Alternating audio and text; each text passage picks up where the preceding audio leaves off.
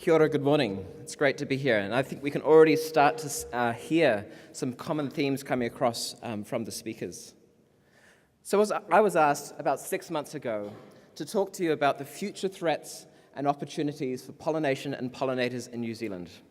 This was good because I'd just stepped out of my time machine, so I was well prepared and I've lots of stuff to share. Obviously, we all have different views of what the future might hold. And what right do I have to tell you what I think? How can you trust what I have to say? Well, in actual fact, the good thing is you don't have to trust just me. I was asked to talk on this topic because I participated in a study that was published in 2016 on assessing the future threats and opportunities for pollinators and pollination. And this was a global study. And what I want to do today is talk to you about some of the issues that emerged out of that study, and then relate them back to New Zealand, to the New Zealand situation. So how can you actually go about predicting the future? Well, what we were able to do was essentially crowdsource. So rather than just relying on single individual opinions, we crowdsourced from a group of experts. So for the paper, we assembled a pool of experts, 17 experts from around the world, although you will notice there's quite a group from Europe. And our mission was to identify issues that were just over the horizon, issues that were coming up in the next 1 to 30 years that were poorly known. So even within our expert groups, issues that weren't widely known, and were likely to have substantial impact, either positive or negative, for wild or managed pollinators. And we were given the task of each of us coming up with 5 ideas, and then talking to colleagues, other experts, who could also provide their input. So in the end, we had our 17 core experts and 55 other people were consulted. We came up with 60 issues. I just had it frozen. Came up with 60 issues. And in this process, the next step was then to rank each one of those issues based both on the scale of its impact and also how widely known this issue was. From that, we shortlisted 28 issues. And then we met in Malta as a group, and we had this session where we were given issues to argue for and argue against. And we nutted it back and forth, and we came up with 15 issues, 6 of which emerged as high priority and 9 secondary. So these issues are issues that are considered to be global issues for pollination and pollinators. And this figure basically summarizes what we found and shows, we grouped it in several groups, showing the key issues. A red thumbs down means that we saw this as a potentially negative issue, and a green thumbs up means we saw this as a potentially positive issue. And the ones in bold are those 6 high priority issues. And so if I just go through those high priority ones, some of the interesting ones that came out at the top there, corporate control of global agriculture.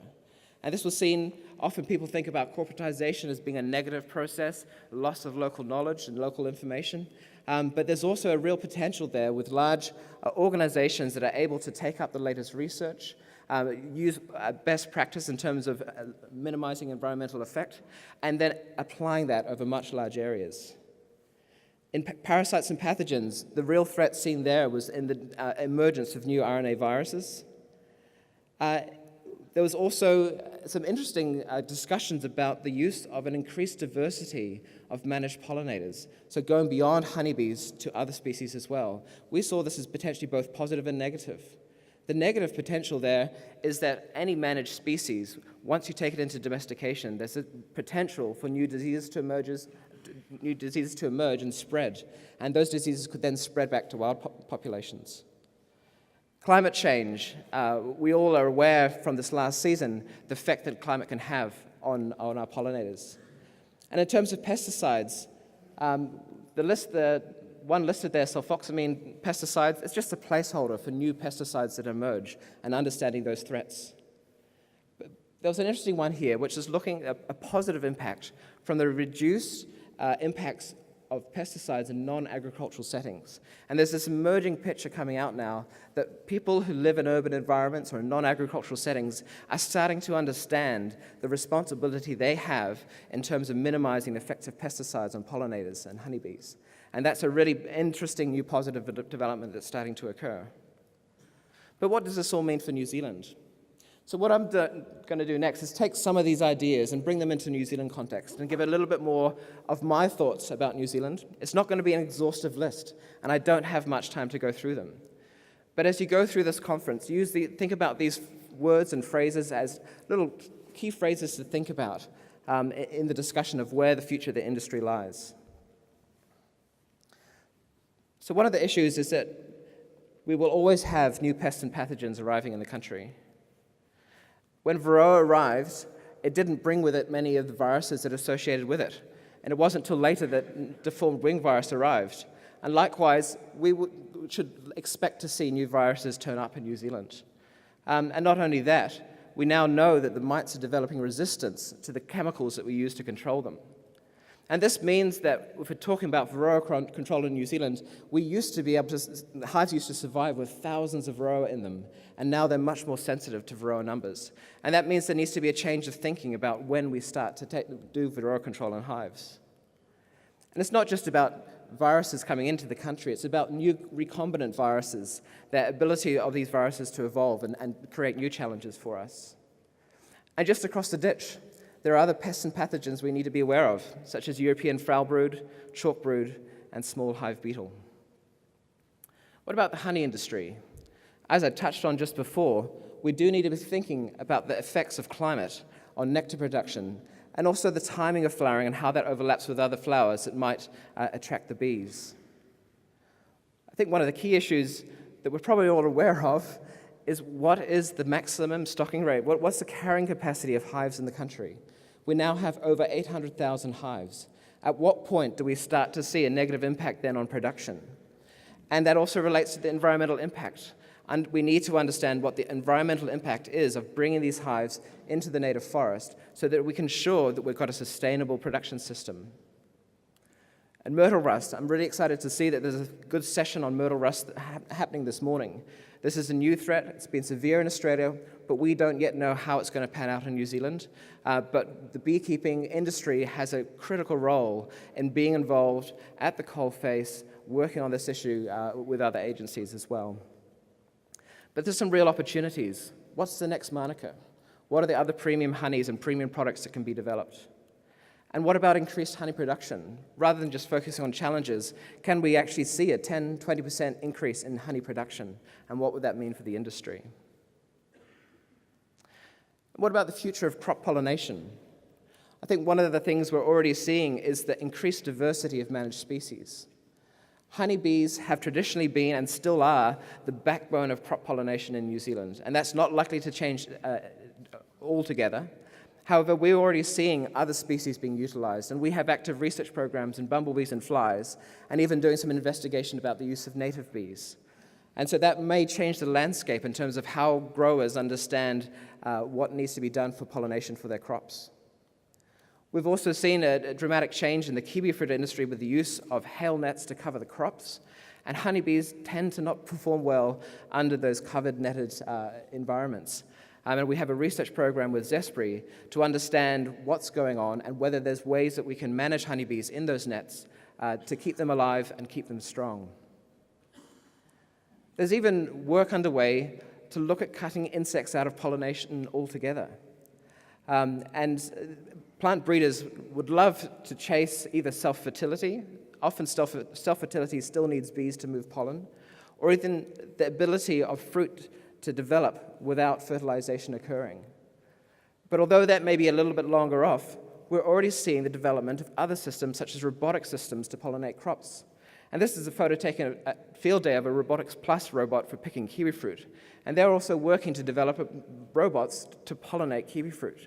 And so that could, again, have some dramatic changes on how we pollinate our crops here in New Zealand.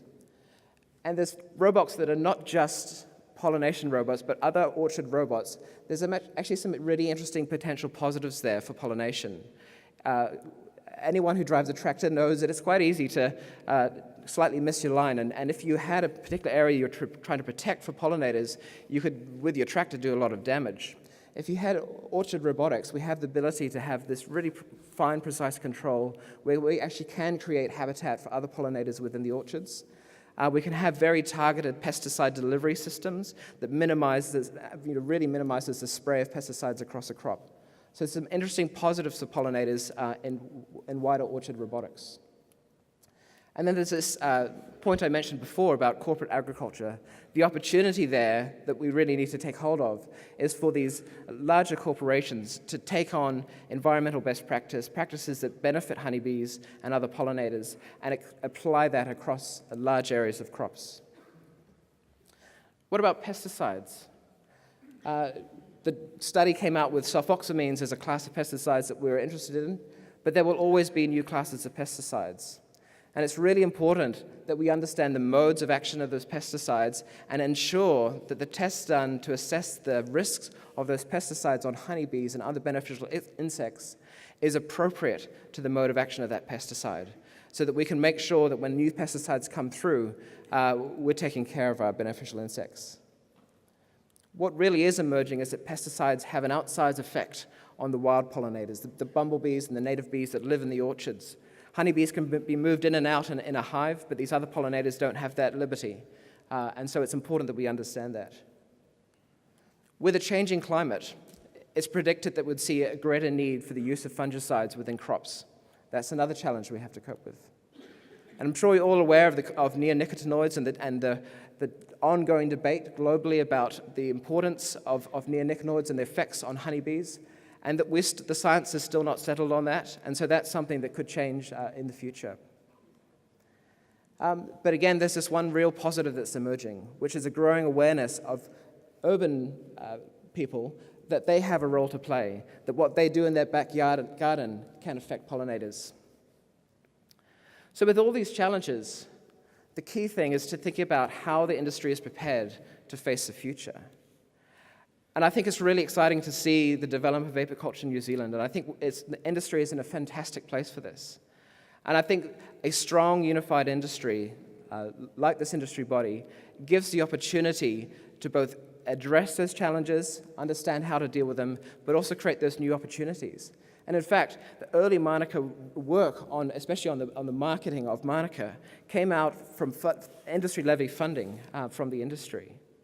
And another example is New Zealand avocados, an industry that is now smaller than the honey industry.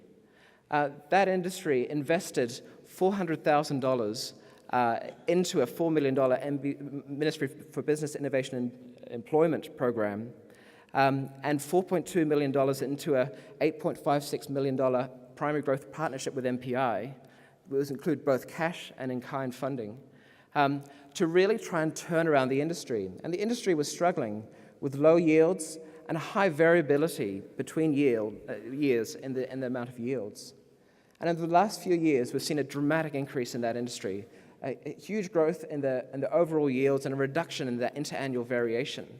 And I would say that it's an easy argument to make that investment that industry put into that industry has really paid off. So the challenge now for apiculture in New Zealand and the wider beekeeping industry is, where would you like to see the industry in 5 to 10 years? How would you like to see the industry able to cope with the challenges and capitalize on the opportunities? Thank you.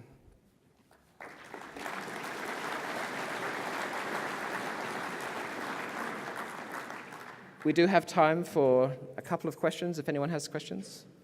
Please use the microphone in both areas. Not a problem. All right, well, enjoy the conference. I'm looking forward to it. Thank you.